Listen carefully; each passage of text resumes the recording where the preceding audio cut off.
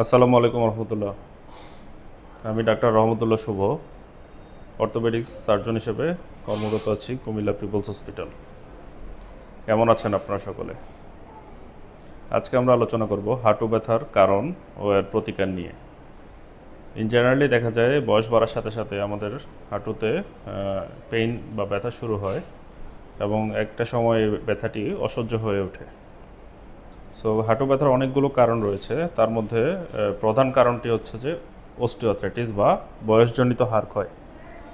তাছাড়া আমাদের যে কোনো আঘাতপ্রাপ্ত হলে হাঁটুতে বা কোনো ট্রমাটিক ইনজুরি হলে সেক্ষেত্রেও হাঁটুতে ব্যথা হতে পারে।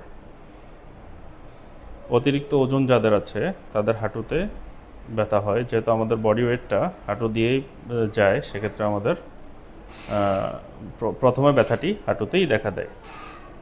অথবা অনেক সময় পেশির দুর্বলতার কারণে হাঁটু ব্যথা অনুভব হয়, যে হাঁটুর চারপাশের যে মাসেলগুলো রয়েছে যদি সেগুলো উইক থাকে সেক্ষেত্রে আমাদের হাঁটুতে ব্যথা হতে পারে। তো তাছাড়া আরও অনেক কারণ রয়েছে হাঁটু ব্যথার, হ্যাঁ, এগুলোই মূলত প্রধান কারণ। এখন আসেন হাঁটু ব্যথার হলে আমরা কী ধরনের চিকিৎসা নিব।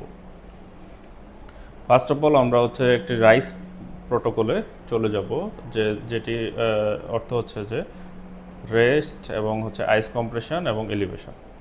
তো প্রথম 48 ঘন্টা আমরা হাঁটুটিকে সম্পূর্ণ রেস্ট দেওয়ার চেষ্টা করব। অহেতুক হাঁটাহাঁটি না করা বা হাঁটু ভাঁজ করা, সোজা করা, এগুলো করা যাবে না। সম্পূর্ণ ফ্ল্যাট অবস্থায়, এটা প্লাস্টার হলে ভালো হয়, আমরা রেস্ট নেওয়ার চেষ্টা করব। এবং তার সাথে সাথে হাঁটুর চারপাশে আমরা বরফ সেঁক দিব, দিনে 10 থেকে 15 মিনিট করে কয়েকবার।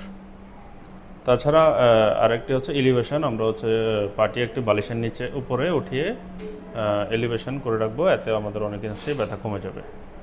যদি এরপরও ব্যথা না কমে সেক্ষেত্রে আমরা একজন অর্থোপেডিশিয়ানের পরামর্শ অনুযায়ী চিকিৎসা নিব, এবং যে ধরনের ব্যায়াম বা স্ট্রেচিং দেখাচ্ছে বা কোয়াড্রিসেপ মাসেল স্ট্রেংথেনিং এক্সারসাইজ, যদি বলে উনি, অথবা উনি যে ধরনের মেডিকেশন সাজেস্ট করেন সে মোতাবেক ওষুধ খাবো এবং তার ফলো আপে থাকার চেষ্টা করব।